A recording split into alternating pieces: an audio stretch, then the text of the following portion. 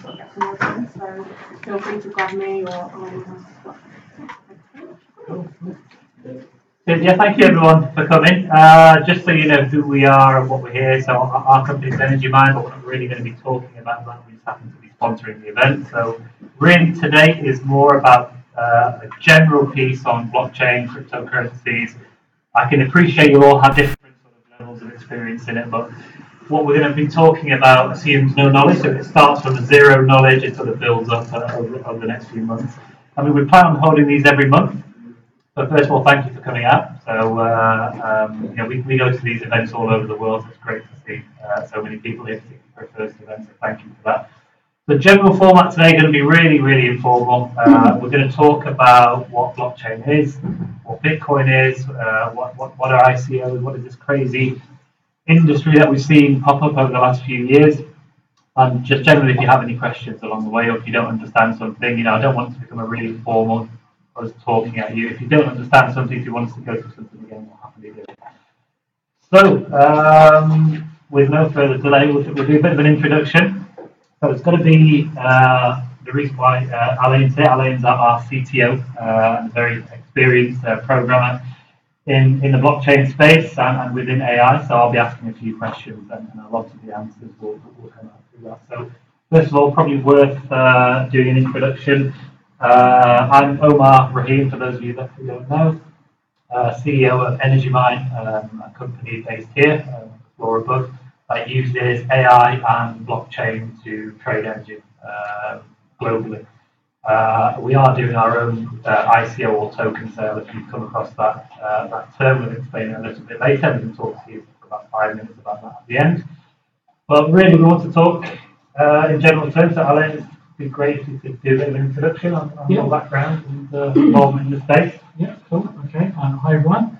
I'm Alain. I'm from New Zealand. If you haven't got the accent there, I've been in London for 7 years. In New Zealand, I was working in mobile development and low-level hardware stuff. I rewrote the company's software and then sold through New Zealand, Malaysia, and Australia and things. I came to London and I worked at Google for 2 years, where I worked there in the DFP department, which was the ad serving platform. So it's engineering large scale systems, billions of impressions to billions of users a day. That's kind of where I work, large scale engineering. Then I started my own company that was doing peer-to-peer media monitoring. So that was monitoring 5% of all the global internet traffic, about 15,000 data points a second. And then we built sort of like reporting engines and planogram planning software and collaborative filtering engines and things like that on top of that. I sold that in 2016, and then did some consulting work around some of the very early Bitcoin and Ethereum work among some of the larger data startups in London. There we were doing things like assessing security, assessing regions of weakness in that. My background on that is also I was involved in the good side or the white hat side of the Sony hack a couple of years ago, where Sony had to build a distributed system to fight back against the hackers. So I had a lot of sort of peer-to-peer programming experience and also large-scale system design. And now I run an AI startup in London that focuses on deep learning. And we use deep learning to do real estate prediction, energy prediction, lots of different types of automation, and lots of image work, time series analysis, that sort of thing, and CTO, Energy Mind. Cool. Yeah, thanks. Little background. Thanks for that. And generally, I think we communicated it to everyone that we're going to hold these monthly. Originally, you probably know we wanted to hold this in the city centre.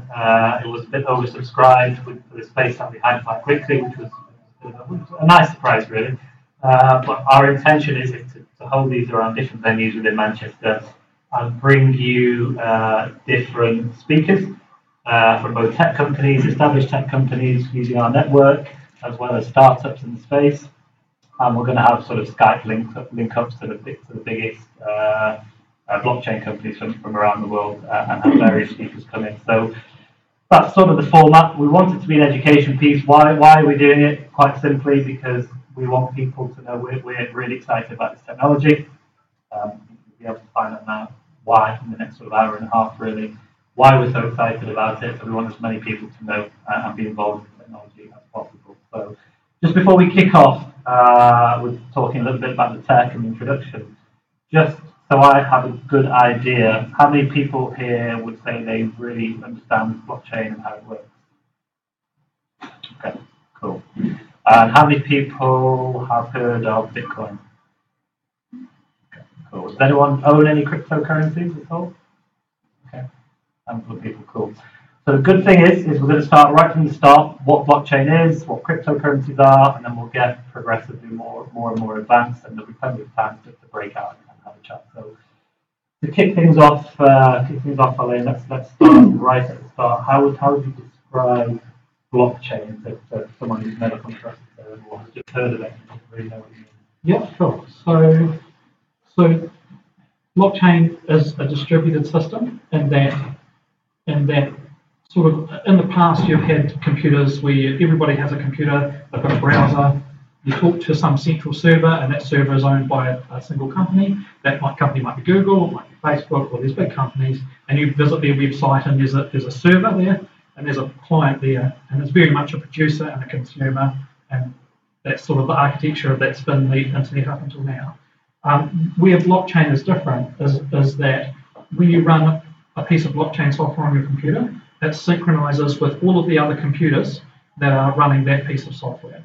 So you have your computer will have a copy of the blockchain on its hard drive, and so will everybody else's computer, and they will synchronize all the time. It's very chatty. They just continuously chat to each other. And the question is, like, what are they actually chatting about? What are they doing? So for Bitcoin is just a ledger. You can think of it as it's got somebody's wallet, which is just an address, like in the same way your house has an address or you have a phone number. So you have a source wallet, a destination wallet, and an amount. And that's all it is. It just says this person sent money to there, this person sent money to there this much. And then you've got so the advantage. Why can't you do this like in the old system with the server and the client and stuff like that? The answer is that you can, but you have to trust the person that has the server. Now that's okay. Most of us mostly trust Facebook, Google, that sort of thing. But the point is that when you have a system that gets to a certain amount of money, the goal for there to be some malicious content or some bad actors increases because the value is so high in billions. So what happens if you imagine that you had this traditional client-server thing, somebody malicious on the server end could easily alter the transactions or change someone's balance, or it could get hacked, stolen, that sort of thing.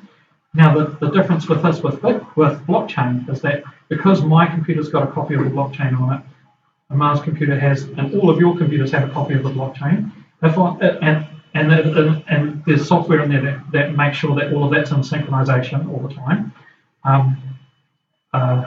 If I wanted to basically enter say that my account now had 1 billion coins in it, I would have to hack into everybody's computer and change that value all at the same time simultaneously. And there isn't even a nation state in the world that's got the ability to break into everybody's private computers, change that one value, and then basically like rewrite history. So just to pick up on that point, I mean, one of the criticisms or in the media that when blockchain or Bitcoin talks about in the media, it's always talked with negative connotations about hacking and so on and so forth. But effectively what you're saying there is that the blockchain itself is for all intents and purposes unhackable. And it's worth noting as well that a lot of the hacks that have occurred have not been hacks on the blockchain, they've not been hacks on the technology themselves, but they've been traditional cybersecurity weaknesses where, just like phishing scams, so people have had instances of someone taking over their homepage and changing the address. So, when you receive money, you have your digital wallet address, put your Bitcoin in here. What hackers have done is they've taken over the homepage of that company or that exchange and replaced the address with their own address. So it's not really a hack on the technology, it's a traditional cyber attack. But of course, when the media picks it up, it's a case of, Bitcoin's going to get hacked. And I think you gave a really good example about the Genesis block for Bitcoin being a good example of its unhackable nature, which maybe we were talking about. Yeah, so, yes. Yeah, sorry. Yeah, no problem.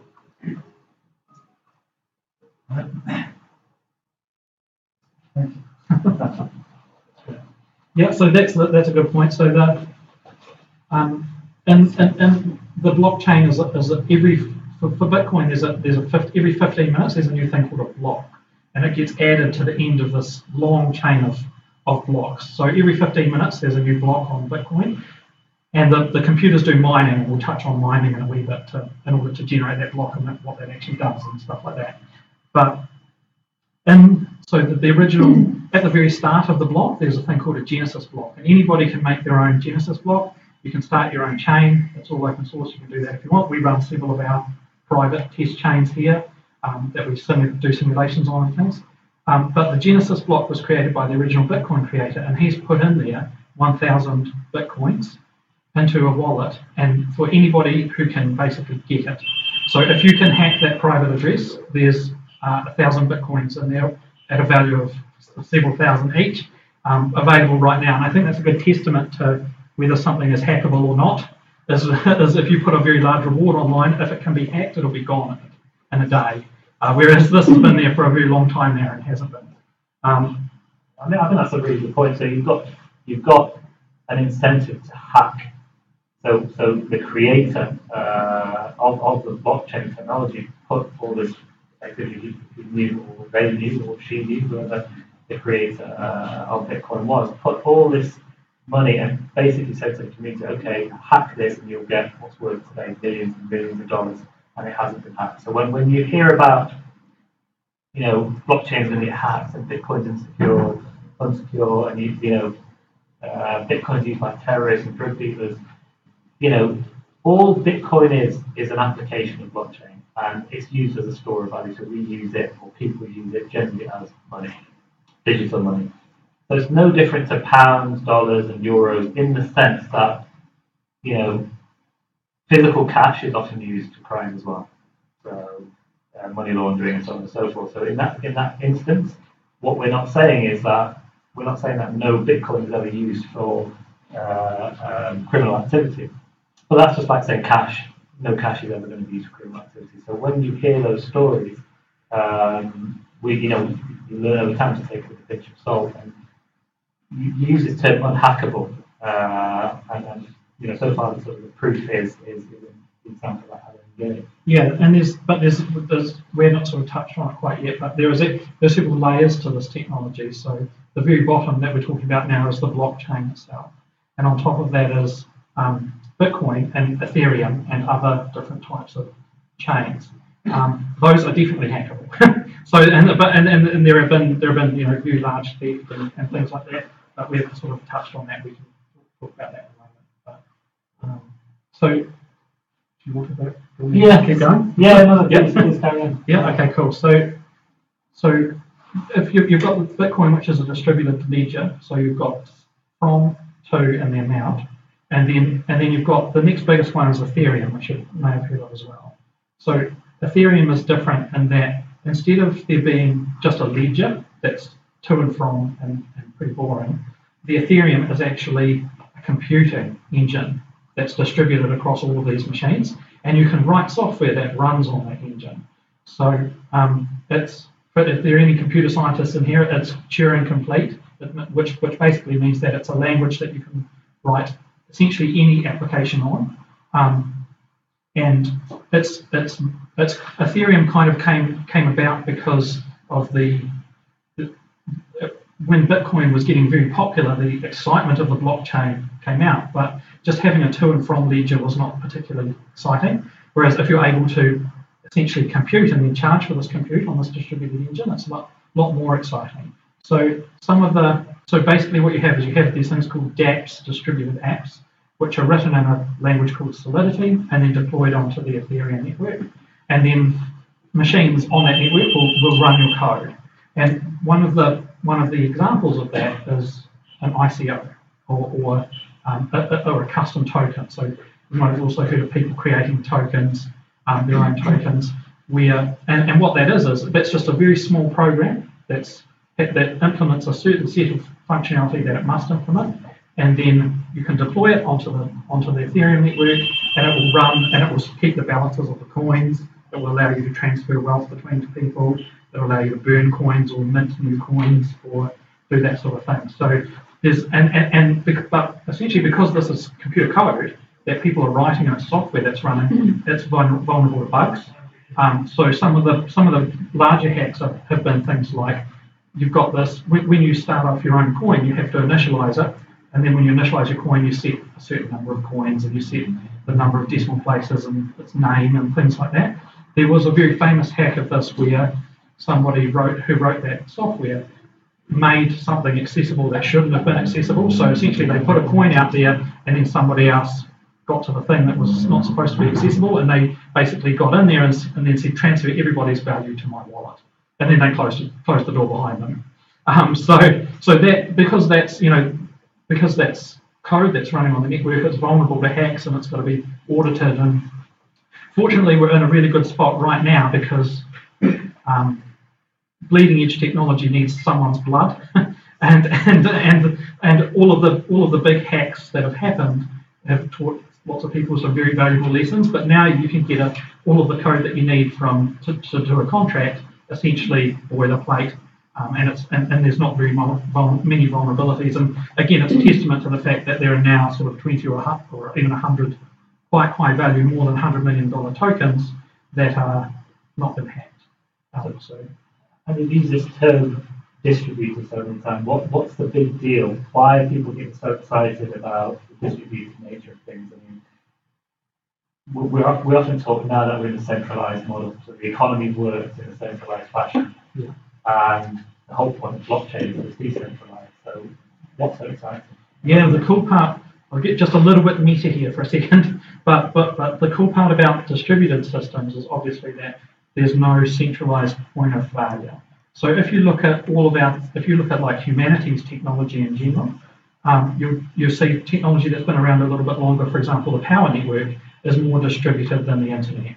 So the internet goes through sort of, if you really were really malicious and you had like wanted to take out a large chunk of the internet, there's, for example, a bunch of DNS servers. There's about 8 of them. If you hit them, you could take out a huge chunk of the internet. And there's still large chunks of some of the undersea cables will also have more than 50% of the global traffic flying through them and things like that. So points of centralized models have points of failure, and that's really bad. And currently, with the client-server model that we talked about before, that's running most of the web at the moment, the server is the centralized point. So if something goes wrong with the server or the internet infrastructure that goes to that server, then it's down and out. And although the internet's only about since 1995 onwards, it really exploded. It was started in the 60s, of course, but during that very short amount of time, we've had a pretty stable world, one nuclear weapon in the right place would severely cripple the internet and the global information flow, things like that. So decentralized is much better in that rather than having one server sitting there that's controlling everybody's funds at the bank, everybody's got a copy on their computer and all of the machines can talk to each other. So there's no central point of the failure in the network. And if you want to be malicious on the network, you have to own a majority of it. So which is not financially feasible. So this point, the reason why people are getting so excited about treating it like a new economy, I mean, you'll often hear blockchain technology being described as the new internet, a new way of doing things, or a new economy. And we've been lucky enough to go around the world and people speaking to startups who are really changing their industry. And the reason why it's so exciting is that you made a reference at the beginning, a bit philosophical here, but since industrialization, you've had wealth concentrated at the top of the market, and you've had those in control have been those with money, those with resources. And that's naturally, and the natural order of the economy that we've been in for the last 200 years, even further back than that, has been it's very easy to control a market when you've already got that resource. So once you've established that position of power, you can control politics, you can control economies, and so on and so forth. And the reason why people get so excited, and we're so excited about blockchain, is this distributed nature. So if you've got a technology that nobody's in control of, that it's very difficult nearly impossible in most applications to be able to control the majority of that network. It opens up a whole world of possibilities of applications of things that we previously took as given. So the banking system is obviously the go-to example that we always use in blockchain. And we're very reliant on this centralized model of having a central authority, and that authority dictating what the rules are. Now, if you've got a distributed network that is not controlled by any entity, but is run for the benefit of the network, it opens up a whole world of possibilities of the structure of a company, and ultimately it leads to decentralized companies themselves. So if you fast forward, we're still very new in this space, where the blockchain has been around for sort of 9 years. In terms of blockchain startups, blockchain companies, we're still really in its infancy. So credible blockchain companies might be 1, 2 years career. So this is early. So when we get asked when we're speaking at panels, and we're in Barcelona last week and Kiev the week before, and one of the most common questions that we get asked is, am I too late? Bitcoin's gone from $1,000 up to $5,000, and Ethereum was $10 in January, and now it's $300. Am I too late? Have I missed the boat? Absolutely, it's absolutely the opposite. We are so early in this space that the whole structure of the economy will change and become tokenized. By tokenized, Elaine referred to it earlier, this decentralized structure where you haven't got ownership. I mean, we feel that ownership of assets is dead. It's dying. If it's not dead now, it's dying already. But with what blockchain enables you to do is to really democratize technology and democratize so many industries. And that's why it's so exciting. So you've got people using blockchain technologies to run voting systems. So we take it for granted here, but in many parts of the third world, you've got an employer or a local government putting pressure on people to vote and being able to track it. I mean, even here in the UK, you fill out a physical piece of paper. You go away and you assume that piece of paper is secure, but it's a piece of paper in a box. So people are using blockchain technology to change the way people vote in third world countries. We're using blockchain technologies so that we don't need banks. We don't need a central bank. So we'll touch on Bitcoin in a minute, but the number of Bitcoins is limited to 21 million Bitcoins, so it's a limited supply. If you apply, when people talk about Bitcoin and cryptocurrency being crazy and untrustworthy, if you think about the monetary system that we have now, we have a central bank that has the authority to control the flow of money by printing more money. So we saw it in the financial crisis, 2007, 2008, 2009. What happened was that central banks around the world, when everything went to hell, all they did was they came up with a fancy name and they printed more money by creating digital money. What's the difference between that? But the difference is that you've got a central bank dictating policy and controlling that money supply. With a decentralized model, you don't have that. No one has the ability to create it, with Bitcoin being a good example. You can't create more than the initial amount of Bitcoin. With other technologies, you take away the power from a particular corporation to control an industry. So, again, when I get asked this question, is it too late? Absolutely not. This is. You've maybe got 10 million people in the world who are engaged with cryptocurrencies in a population of 7 billion. So people who are looking at this space now are still very early. That's not investment advice. That doesn't mean that I think Bitcoin's going to go to $100,000. I think it might. I give my kids pocket money in Bitcoin.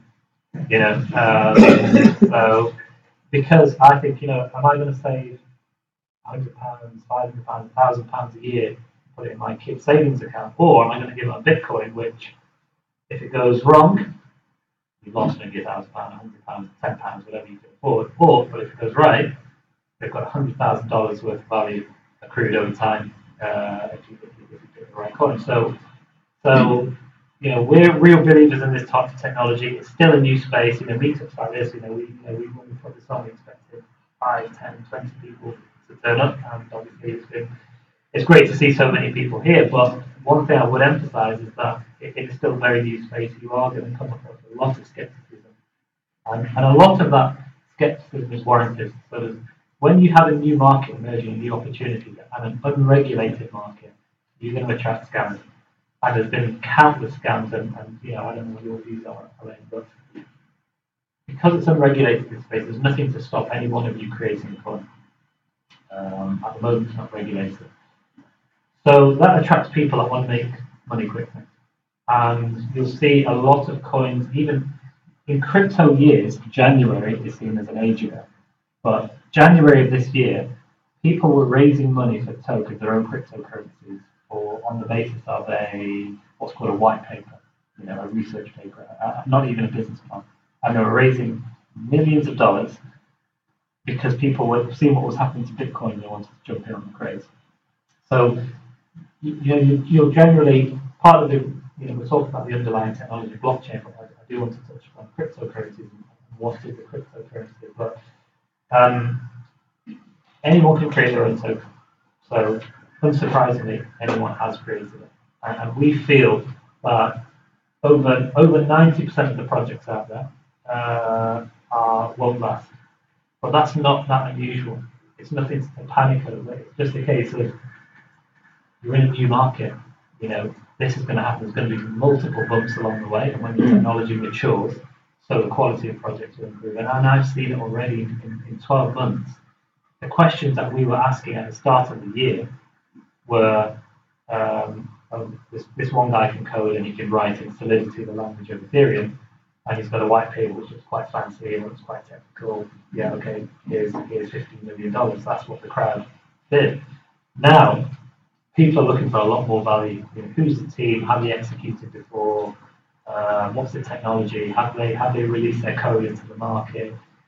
Do they have a market for it? Who's going to buy the token? And these so-called token economics. So when you're, I presume, at least part, if not all of you are here because you're interested in cryptocurrencies as well as blockchain, when you're partaking in a cryptocurrency purchase or an investment, treat it as an investment. Do proper due diligence on it.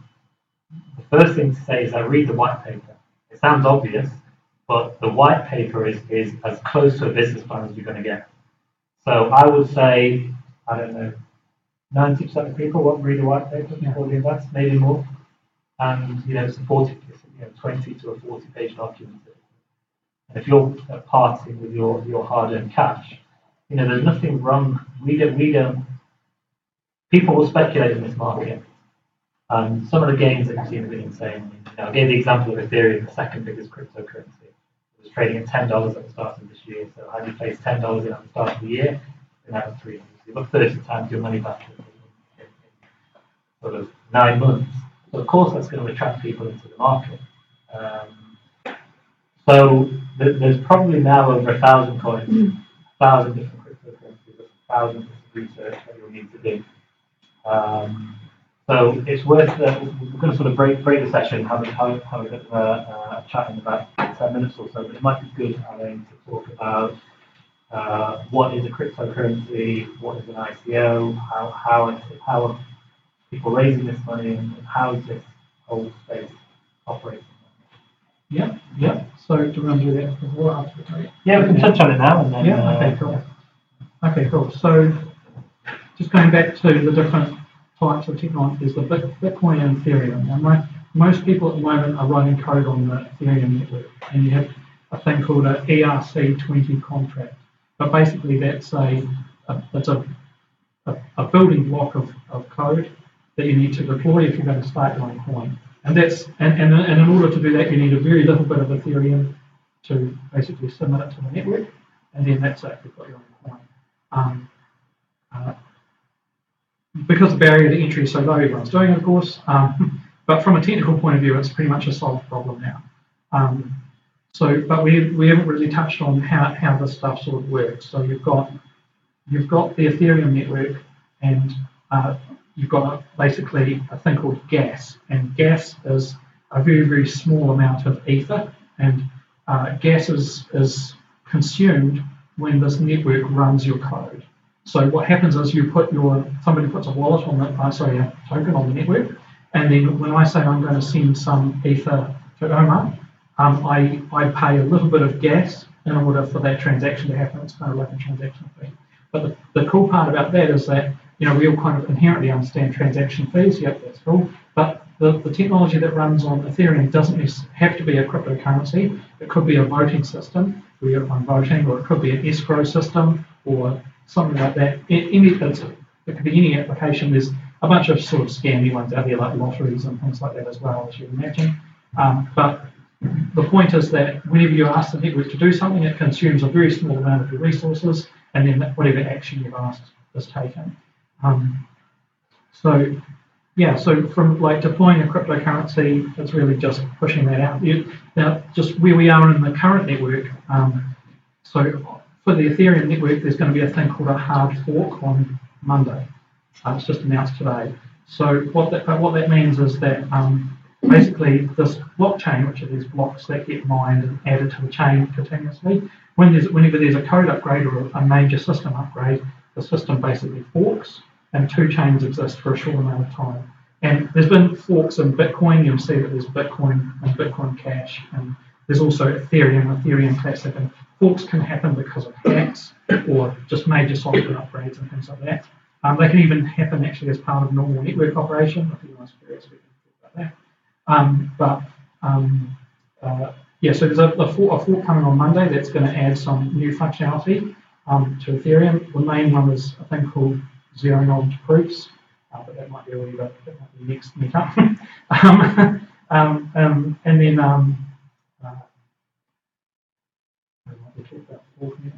in terms of the data, then, so what is stored on this blockchain? So I think you've got bits of data that are making a block, bits of the block that are making a chain. But what type of transactions are stored? What kind of data is on this chain? Yep. So for Bitcoin, it's just the distributed ledger. It's just from the two. For Ethereum, it's actually all actions that the system has taken as a whole.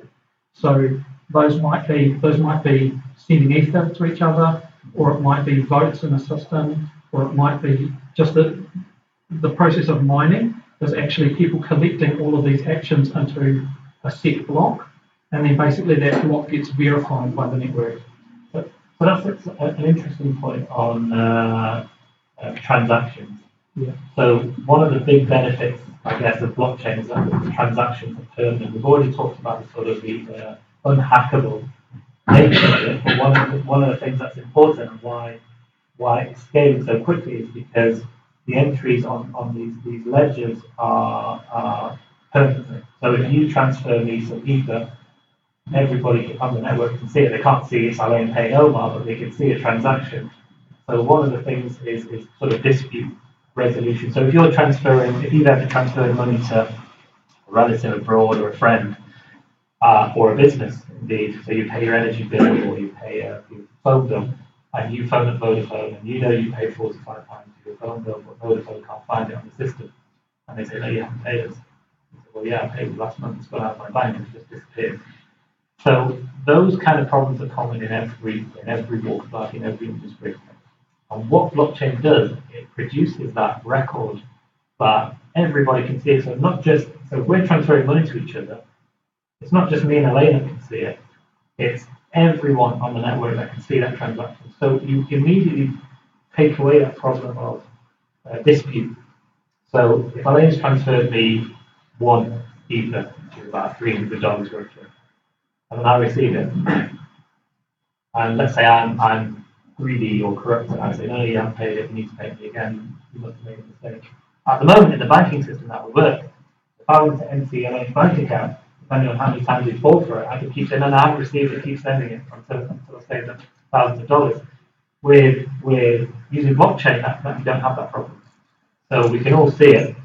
So that's a really good point, because it's the history forever is immutable and it cannot be changed. And once a block has been basically added to the network, it's essentially there forever. There are some different rules about how many blocks have to process before you can consider a transaction valid. But for example, in Bitcoin, you're supposed to wait 6 blocks before you consider a transaction to be 100% legit and verified. But in reality, 1 is almost always fine. The reason for that is that sometimes the chain can fork and some transactions have to be reversed, but that's a sort of a technical detail that happens very rarely. And yeah, and the cool part is that I'll just touch on this because it's kind of cool. But so people then often ask, like, so all of this information is publicly visible. How do people hack it? Like, how does a theft happen if the ledger is public? And the reason for that is there are things called mixers out there.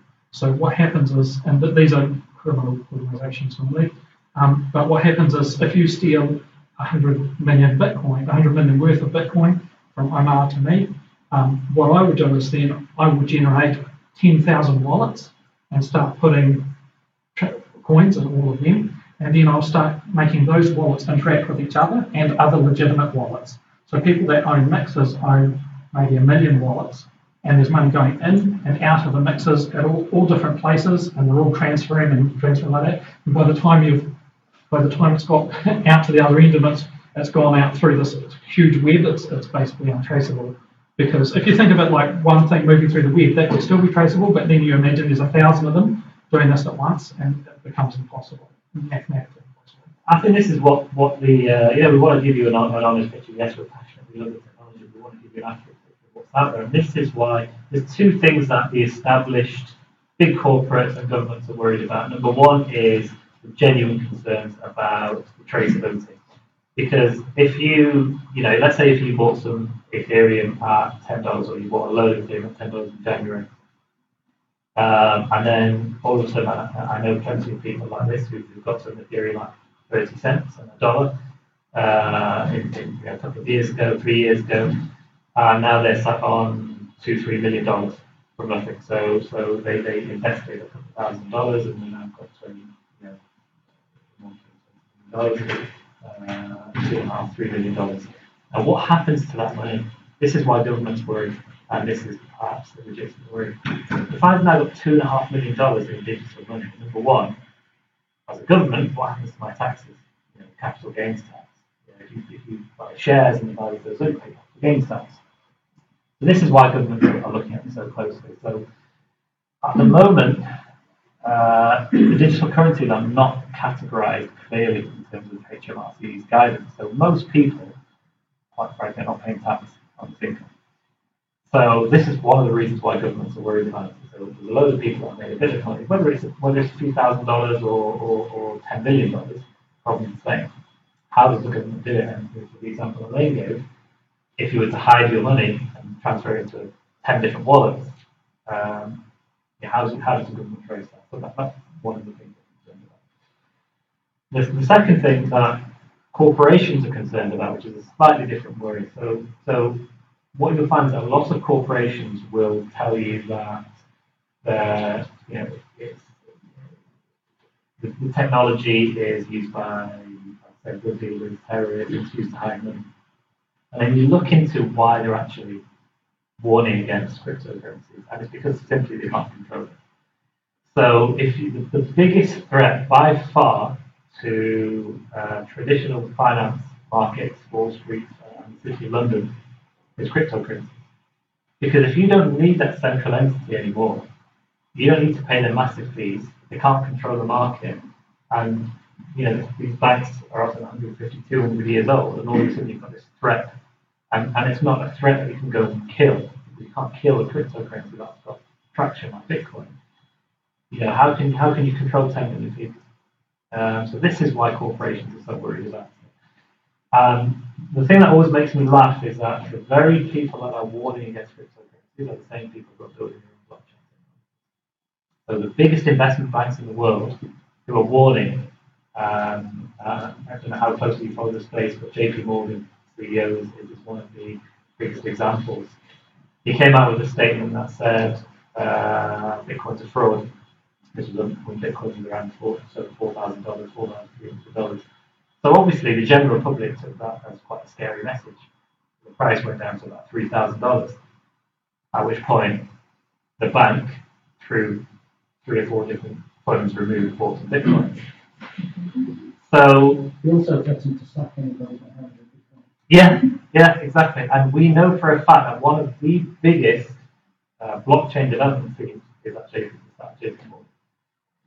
So, but it's not. I'm not surprised at this, and none of us should be surprised at this. And I'm not even, I don't even think we should blame them for it, because if you had a company that was a multi-billion-dollar market cap and you've got your responsibility to shareholders, what else are you going to do? Okay, is it right? No, it's not. And as individuals, would we do that? I hope most of us wouldn't do that, but it's not that surprising that this kind of market manipulation is going on. And I'm a trader by background, so I've traded for 12 years, both in London and Europe, and I always think about this from an insider trading perspective. So insider trading is illegal, punishable by jail and fines and so on and so forth. But because cryptocurrencies are unregulated, you can manipulate cryptocurrencies any which way you want, and there's no one regulating them. So what's the comeback on? So when we talk about regulating cryptocurrency, it's not necessarily a bad thing. Government being involved in crypto, it's not a bad thing, because what it will do, it will help ultimately protect it. Because I don't think any government in the world believes that they can stop crypto advancing as a technology. And the smartest governments in the world are already building significant blockchain teams. So the government in Dubai has said they want all government systems to be on blockchain by 2020. Estonia is another good example, are looking into creating a national cryptocurrency, e-coin. And government research departments are building blockchains. They have, they're not stupid. Big governments, big corporations, big energy companies, whoever it is, they're not stupid. They're not some of the smartest people around working at them. But at the moment, they're working out how the hell do I keep control of my market when this distributed system is out there for all to see. And just before we have a break, we'll have a bit of networking again and then reconvene for a bit of a session on what people are doing with cryptocurrencies, how they mine, what mining is, and so on and so forth. Just one really cool example I came across is contacts actually based in London who are using blockchain for medical records.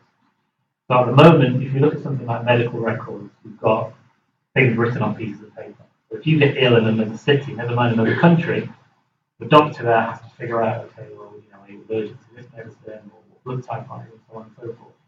So by putting people's medical records on the blockchain, anywhere on the world, doctors are able to access that straight away and get access to all your medical records and able to be able to treat you faster. So that's the kind of projects that we're seeing as really changing the world. And I don't want to talk in too much of an idealistic way, but we genuinely believe blockchain is as exciting now as the internet was in 1995. That is how big this actually is. Every single industry is going to be disrupted and is in the process of being disrupted. This is before business and startups. So at the moment, it's the likes of you here.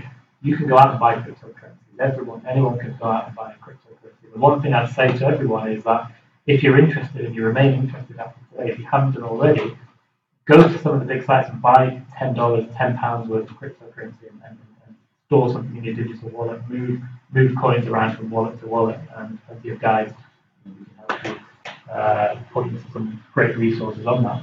But get involved in that space, and you'll get to see how interesting this sort of space can be. So we're going to talk a lot more about mining, how people are earning cryptocurrencies, so as well as buying it, you can actually mine it. We'll talk to you about what mining is, as well as touching on some of the cool stuff that's going on in space right now. So we'll take a bit of a break. Hopefully, there's some food and refreshments at the back. Tony hasn't finished them all. Save me something. Well, guys, help yourself. We're around here, and what time we're on, we'll get started again. Probably 15 minutes or so. Yeah. Thank you.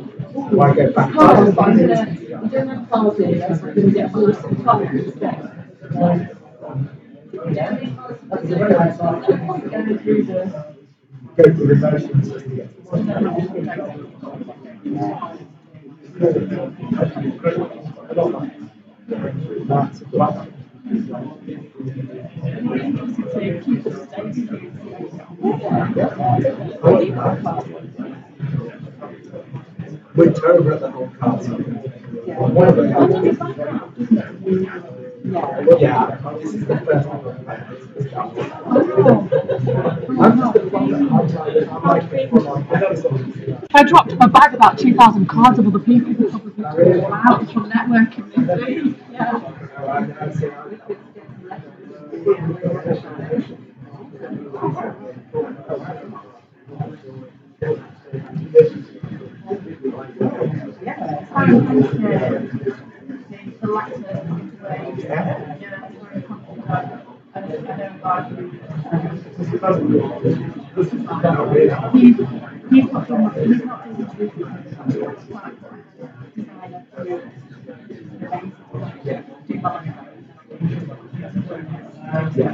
Together like that.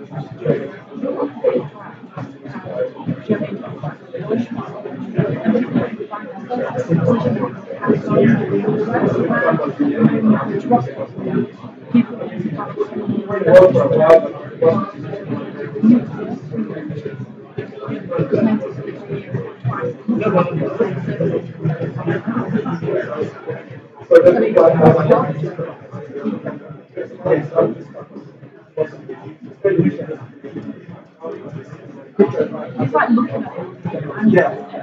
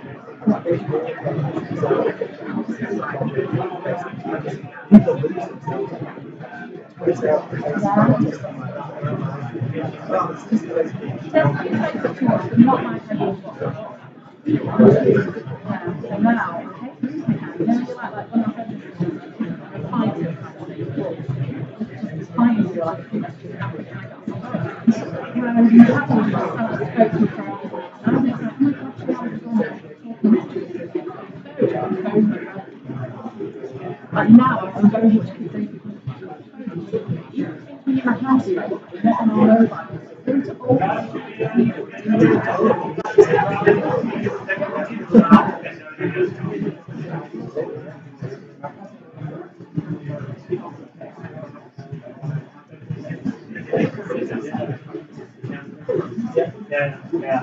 I thought, well, that's something that sort of any collaboration. Yeah.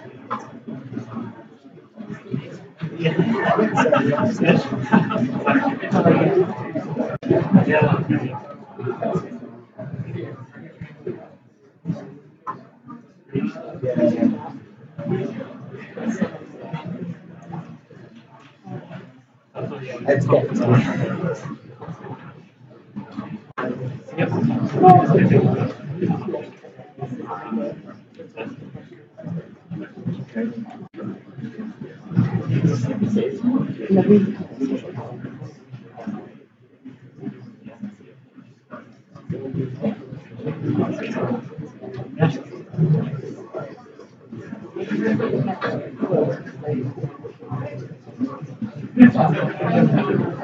Yes. Okay.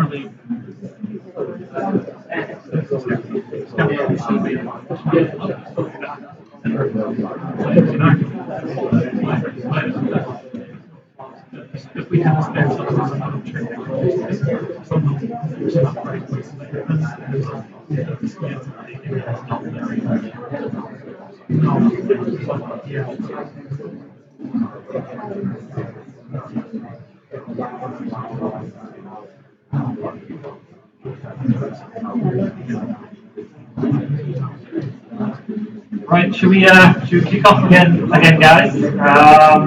So, if anyone, please help yourselves if you've not grabbed a drink or something to eat. Feel free, but we're going to get going again. So, quick question: first of all, does anyone know what mining is? Okay, cool. And do we have any miners here? Anyone a miner here? One? Cool. Oh, two people, sorry. Cool, okay. So let's start off then, Alan, with what is mining? How does it work? Yeah, cool. Okay, cool. So, before we just cover mining, maybe we'll just talk conceptually about mining and then how you do it. So, mining is the point of adding these blocks to the blockchain. And the block is either just a bunch of work in the Ethereum network, or it's the ledger of transactions in the Bitcoin one, or it can be anything really. It can be just some unit of work. So what happens is right now, as we speak, all of the machines that are out there that are mining Bitcoin are working on the next block. They're focused on this block. Now, what are they actually solving? So and why do they do it? So what they have is they have a thing called a cryptographic hash, or just a hash for short. And what that is it's a big long number, and it represents it's a fixed number of characters, and it represents essentially what's a hash algorithm. So what that does is if I had, say, just the letter A, and I put it through my hash function, it would give me a big list of numbers. If I put a letter A through that hash function again, I also get the exact same hash, the exact same basically bunch of numbers. Now, you can, and then if you put in B or put in C or D, you get a completely different one. Even if these even if the input is very, very close together or very, very similar, the output of the hash that you get is completely different. And that's really key. Now, the reason that this is done is because it's essentially nonsense. And in fact, in the protocol itself, the computers are computing a thing called a nonce, which is short for the word nonsense. But the reason is we have to have some way of people proving that they are trying to or competing to do this work. Now, the reason, so what happens is you have this big long hash, and you can't predict a way of putting a number in and that what the output will be unless you actually do that computation. And that's really, really important. If you come up with that, if you can find an algorithm that can predict the input and the hash of the output, you're instantly a billionaire. So come and see us. We'll show you how to monetize that straight away, but it can't be done without a quantum computer. So you have this hashing algorithm. Now the key part is that the output of this can start with a number of zeros, and that's just arbitrarily chosen. So what happens is when my computer is mining, it's putting random strings into this hash function and seeing the output. And my computer is doing this really, really quick. If you've got GPUs, you might be doing billions of these a second, billions of operations a second. And the goal is to come up with a number that starts with 15 zeros on it. And once you've got a number that starts with 15 zeros, your computer announces to the whole network, I found a solution. All of them that they say, I found a solution. This is the source hash. This is the source data. And everybody else verifies it by doing that computation. Once they've all verified it, you're then credited with the reward for mining that block. So but now the cool part is that you can easily change the difficulty of this by changing the number of zeros that you have to guess. So if you had to guess one that just had 1 zero at the front, that's much easier than finding a number that's got 15 zeros or 20 zeros. And this is sometimes, if you read in the literature, you probably see this as the difficulty of the hash. So if you look at, there's a website called ethstats.net, and it shows you a cool globe with all of the mining sort of statistics up top. You'll see that the difficulty varies over time. So as people turn their computers on and start mining, or turn them off in the evening, the difficulty of the network changes so that a block is mined for Ethereum it's every 15 seconds, Bitcoin it's every 15 minutes. And so the question is like, why is this done? And the question is, what we have to do is we have to make sure that everybody on the network, we have to make sure that the coins are basically awarded at a static rate, but everybody in the network has put some resources towards finding the next goal. Otherwise, people would, if it was very easy to do, everyone would just claim it straight away and it wouldn't work as a system. So just to pick up on that, so why are the miners get essentially in inverted commas free? I know it's not free because you're using electricity, but you're getting free Bitcoin, for example. So a Bitcoin miner would be someone who owns physical computers, infrastructures, GPUs, and is looking to solve these complex mathematical problems.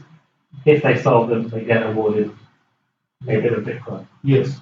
So when you're mining these so in your computer you've got a CPU, which is your general brain of your computer, and people have advanced graphics cards called GPUs, and GPUs can compute much faster than CPUs. So these days, if you want to mine Bitcoin, there's really not much point in doing it because the amount that you'll spend on electricity is greater than the reward that you would get. So you're better just to go and buy Bitcoin straight away. That's because, and the reason for that is because when Bitcoin started off, everybody was mining it on CPUs because everybody has them in their computer, and then people found out that you could do it on your graphics chip much faster, like thousands of times faster. So then everybody that had a graphics chip started mining, and the CPU miners were like, oh, we can't do it anymore. Now there are specialized chips and the physical chip is designed, it's called an ASIC, and it's physically designed to do just this algorithm, and you aren't going to beat those guys, even with GPUs or a big farm of GPUs or whatever. So Bitcoin mining is mostly to the ASIC people, and some people really keen followers with GPUs. Now still, profitability of mining Ethereum comes in and out of profitability with electricity costs and depends where you are in the world and things like that. But yeah, if you want to start mining, you can just download some bit of software on your computer, set it to start mining, and it will start generating. If you've got a graphics GPU, gaming graphics chip in your computer, it will be a lot better. You should use that. Why? So, if people are mining, okay, if they get the solution to this problem right, they get the award. But there must be loads of time, millions of times that they're getting this wrong, and they're looking for it, and they're spending electricity to do that. So, what is in it for these people? Why are they mining? Yeah. So, also what you have is you have pools. So, if Elaine with his single GPU sitting at home trying to mine is very unlikely to beat all of these vast number of people out there, and I could mine forever and never get a block, and I'm paying for electricity and using the computer and stuff like that. So what people do is they join a group of miners, and what happens is everybody pools their computing resources, and then when one person in the pool essentially gets the block, it gets divided among everybody that was in that pool, and in accordance to how much computing power you gave to that pool. So if you're doing this yourself and you want to get into it, you should probably look for a pool to join, or find one with your friends, or something like that. But yeah, find one of the bigger ones and join it. And in terms of, I think what would be useful, I'm going to do a bit of hopefully ask you to the questions if you've got any questions to us. But one of the things that I think would be useful is, can you describe what happens if something, let's say a simple transaction. So most people here, who's got a digital wallet here already that they store coins in? Okay. So maybe a quarter of people. So right from the start, how do you create a wallet? How do you move money around? And how does that process work? So if I'm transferring you some Ether from my wallet to your wallet, what's physically happening in the background?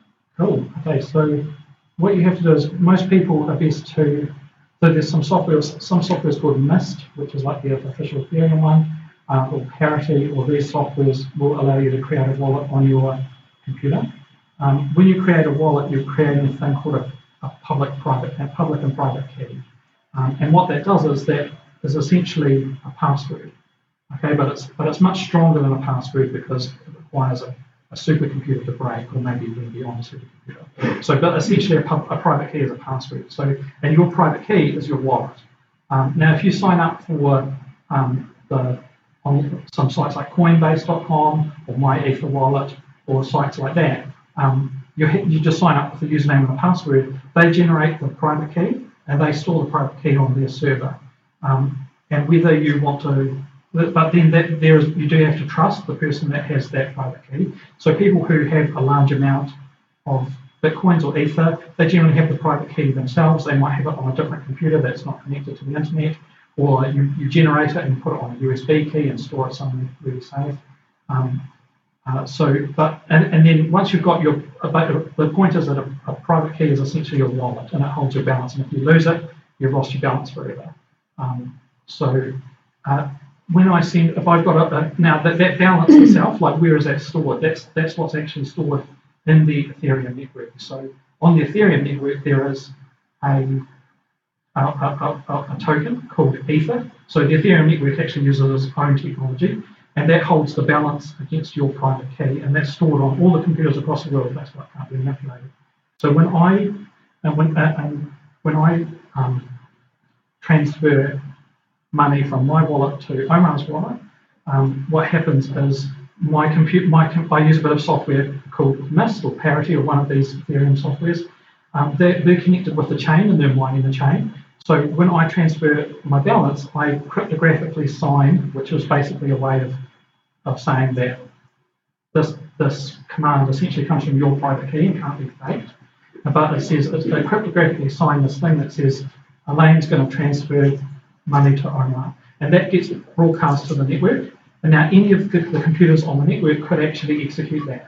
And the ones that execute it will consume gas and be awarded a little bit of Ether for actually doing the work. And then the code of the wallet makes sure that I've got enough money, that Omar's wallet exists and can be transferred, and just things like that. So that's like a full cycle of a coin transfer. So when you're making a simple transaction to me, transferring $100, your digital wallet to my digital wallet, there are people that on the network that are verifying that transaction. Yeah. And once that transaction has occurred, it's then permanently stored Yes. in a data. Permanently stored in the blockchain and publicly visible to everyone. Yeah. Yeah. Okay. Does that make sense to everyone? And one of the questions we most frequently get asked, wherever we are in the world, is how do I get started? What do I do next? We always recommend the biggest exchange for getting involved in crypto is probably Coinbase. They have a really nice, easy to use app. If you've not come across it, I think you can trade 3 or 4 different cryptocurrencies: Bitcoin, Ethereum, Litecoin. One of them.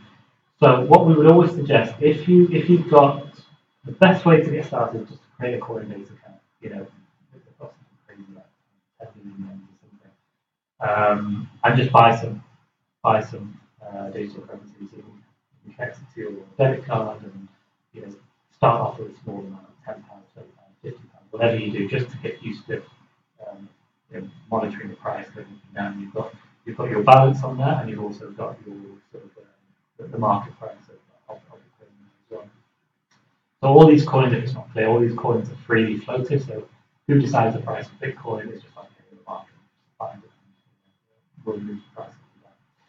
If you've got a significant amount of currency, that's significant to you. Everyone's significant amount will be different. But if you've got a significant amount on there, I would always personally recommend not to treat your exchange, don't treat your exchange as a storage device. Don't use the exchange as a bank.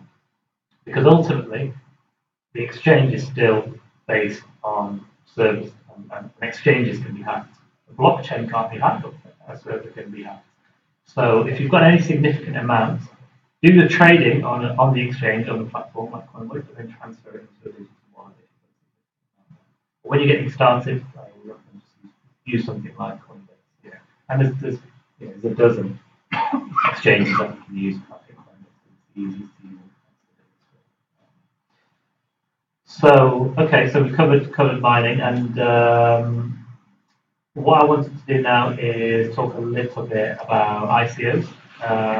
So I can't remember if I asked, but does everyone know what an ICO is? Okay.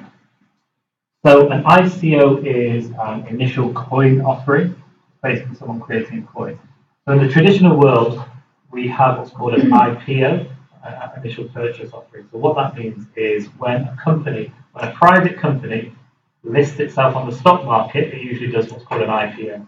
So in the old days, in the current days, I suppose you call it, you've got companies that want to raise money. So when companies want to raise money, they can obviously take a loan from the bank, or they can sell shares. So when they sell shares, they do what's called an IPO. So the list of them, the stock exchange and the New York Stock Exchange. And effectively, they're selling shares. So when you're selling shares, you then are owned by your shareholders. And that's the way things have worked for hundreds of years. So what, in particular, Ethereum has allowed people to do is to do this thing called an ICO, an initial coin offering.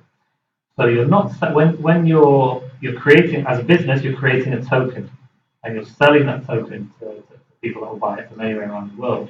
But when you're buying one of these tokens in an ICO, you're not buying a share in the company. If any of you have got shares in BT and Vodafone and whatever else, no matter how little, you own part of that company. With the coin offering, it's slightly different. You don't own any part of that company. You have no rights to its profits, to its dividends. And so then you're asking yourself, well, what am I buying then? Why am I buying this coin? The reason why there's 2 sides to the equation. A company would do an ICO because they've got a great user case for a blockchain product, and they want to raise money to build a solution. So that's why a company would do an ICO. So they want to raise money. So if you're a small business and you've got to raise $2 million, pounds, whatever it may be, you can't go to the bank. They won't lend it to you. It's too risky. They don't understand blockchain. You don't want to sell shares in your company. So people are doing these things called ICOs. So they're releasing a token. As token buyers, people who are buying the token are buying it for one of 2 reasons. Either they want to use that token for what it was designed for, or they want to speculate on the price. because they just like you buy shares to make money, they want to buy shares in an ICO to make money as well. So how do you make money from an ICO? The first thing to say is that there's probably going to be in the next 3 months, 400 ICOs to choose from. So it's no different to making any other traditional investment. I would say if you're buying an ICO, remember you're not buying a share in the company. You've got no shareholder rights, you've got no rights over the profits. What you're hoping is you're either going to use a token, or for what it's for, I'll come to that in a minute, or because the price is going to go up. So what have been some of the biggest ICOs? So Ethereum's ICO itself, Ethereum when it was created did an ICO. It was tiny compared to the numbers we're seeing now. It raised something like $14 million, $17 million. It was small. We sort of peaked in ICO world in June of this year, where you had companies raising $150 billion in a matter of minutes. Then the record went to about 182 million a week later. 2 weeks later, somebody raised $250 million. So, and this is token holders from all over the world. And what were they buying? They were buying products that are not made yet, that often didn't have a solid team in place. The team had no track record. So it's no. I keep saying it's no different from doing traditional investment. What happens is once the coin launches, the coin gets listed on a coin exchange. So just like you have the London Stock Exchange, New York Stock Exchange, the company is listed, you can choose who to buy shares in. There are multiple exchanges out there that will list these coins. So obviously the biggest one by far is Bitcoin, and Ethereum second. And I think more or less the whole top 10 is more than 100 million of market cap. But there's a whole host of coins that are listed on various exchanges, and people are buying them because they want the price to go up. And I would say I want to tell you exactly how it is. Most people are buying because they want to make money quickly. It's not for me to decide whether that's right or wrong for people to do that. It's just a fact. People are buying these coins. As a trader by background, I would always say buy into projects where there's long-term sustainability and long-term growth of the coins. You can tell that to people 100 times. 90 people out of 100 will still want to make double the money. And that's everyone's in charge of their own investment strategy. So the reason people get so excited about it is that some of these coins have doubled, tripled, quadrupled, or times 10x in a matter of months. So people have invested £1,000, 3 months later, £10,000. So that's why people are getting excited about this space. I would always say when you're researching, and if you get this, there's dozens of sites out there to research these. There's one good one called ICOstats.com, and that generally lists all the big ICOs that are coming up with a date when they launch. Normally, you see, just like in the stock market, when a company is going to market issuing shares, you have sort of a pre-sale for early investors, and those early investors buy the share at a slightly discounted price for the reward of being early. So, I discovered you first. I'm going to put money in before everyone else, so I want a discount. And the same thing happens in the ICO world. So there are 3 stages you can invest in an ICO. Either you can invest what's called pre-ICO, so before a company launches their public sale, many companies will have a pre-sale, and they'll offer you a bonus of anywhere between 10% and 50% discount on the share. So if they're on the coin, so if they're launching the coin at 10 cents, you might be able to buy the coin at 5 cents in the pre-sale. Then you'll have the second opportunity to buy is during their public sales. It's often called an ICO or a token sale. So at that point, you're buying at the launch price, which might be 10 cents per coin. Then the third chance you've got to buy is once that coin is listed on an exchange. Then obviously once it's listed on an exchange, then that price of that coin is determined by the market, by how many buyers and sellers there are. So it's just like any other share. It's just determined by how many buyers and sellers are in the market. So those are the 3 stages at which you can get involved in an ICO. And a few people have asked, of course, what should I be investing in? Obviously, I'm not going to want to give you investment advice. The thing that I keep saying is that it's perfectly natural to want to make money from this market. And there are plenty of people who've made a fortune from this market. number one, I would always say don't worry if you miss an opportunity. So if you want to buy a coin, you research it, then you don't bother with it, and it goes up by 10 times. Pay my mortgage for the next year of this investment. Don't worry about it. There's 1,000 coins coming out in the next probably 6 months. 1,000 coins. So it gives you, as people involved in some way or hoping to be involved in crypto, a lot of power, because these coins are, and I'll talk to you a little bit in 5 minutes on our coin. These coins are only really made by people like yourself, investment. You know, if a company does an ICO and no one buys it, the coin's going to go to zero. If you've got a handful of funds buying it, and then no one globally buys this coin, it's going to go to zero. So when you're researching a coin, join their, obviously we use traditionally WhatsApp here in the UK, but globally, if any of you have got Telegram, the tech community is really favouring Telegram as opposed to WhatsApp, because you can get more people in the room. It's easier for the administrators to control that room. So I'd say download Telegram, join the Telegram groups. That is the number one way that you're going to find out. You'll be able to speak to the CEOs and the teams and ask them questions. Ask them what's the token for, why are you using blockchain, what are you going to use the money for. Ask them those questions. So for the first time, imagine you bought shares in Tesco's. How many people are going to go to the annual general meeting of Tesco's and ask the CEO a question? Not really that many. So they're an effort. You've got to go down there, you've got an invitation. If you can get as a shareholder, then you've got to be picked to ask a question. It's a lot of work. But this ability to question people has never happened before in history.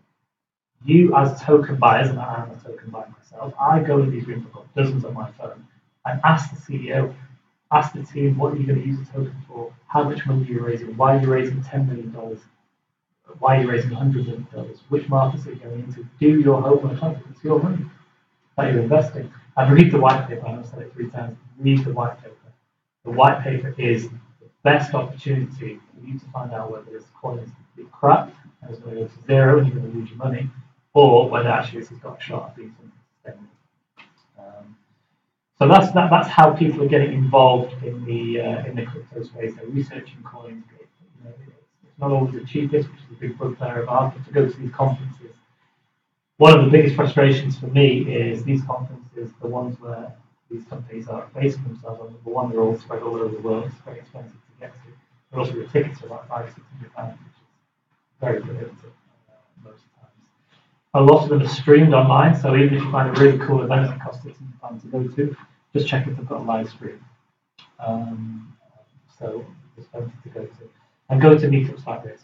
There'll be other smaller meetups. I'm sure over the coming months, what we're intending to do here, as well as continuing the education piece, is bring different people in who are doing ICOs. So linking up on Skype to people doing ICOs in different territories that we find interesting. And we personally, when we look at this as investors, we're looking at things that we don't care about the sector. We care about the sector that they're disrupting. Have they got a shot at it? Have they got a good team? So we'll be bringing things like that and hopefully getting people who've been involved in the space for a while back down to do as well. So so those are the opportunities with the ICO space. We are doing, I don't know, some of you have been asking, but we're doing our own token sale. So our company's Energy Buy, and we use artificial intelligence and blockchain to trade energy. So I've touched on my background really, but I've been a commodity trader in London, Dublin and Hamburg over the last 12 years. I've traded energy for big energy companies, big commodity firms in Europe, and then founded my own company about 5 years ago here in Manchester, grew that to about $3 billion under management of energy traded. I started Energy Mine with LA in January of this year, really because of the frustrations with the sector. That my sector of energy, so I'll talk about energy, but energy was no different from the finance world, that it was dominated by a small number of large players. And it just didn't feel right that energy companies are naturally incentivized to sell you as much energy as possible at the highest possible price. That's how it's the right money. So when we got to looking at blockchain, sort of practical applications, we said, okay, well, why don't we create a token which incentivizes energy efficient behavior? So what energy token does is, energy token is awarded to people who are doing everyday energy saving activities. So I don't know, I see quite a lot of you took the metro today. If you take low carbon transport, or if you buy an energy efficient appliance, you get awarded energy tokens. With those energy tokens, they're then stored in your digital wallet. You can then use those energy tokens to either just cash them out on the coin exchange, or to charge your electric vehicle, or to pay for your energy bill. So the idea is that what we're trying to do is we're trying to get global energy demand and reduce global energy demand in absolute levels, in absolute terms rather. So we're trying to, it's really hard to change human behavior. And all blockchain products really, whatever industry we're in, we're trying to change human behavior. It's so difficult. You can't, and I gave the example of you guys earlier on that, if you look at something like smoking,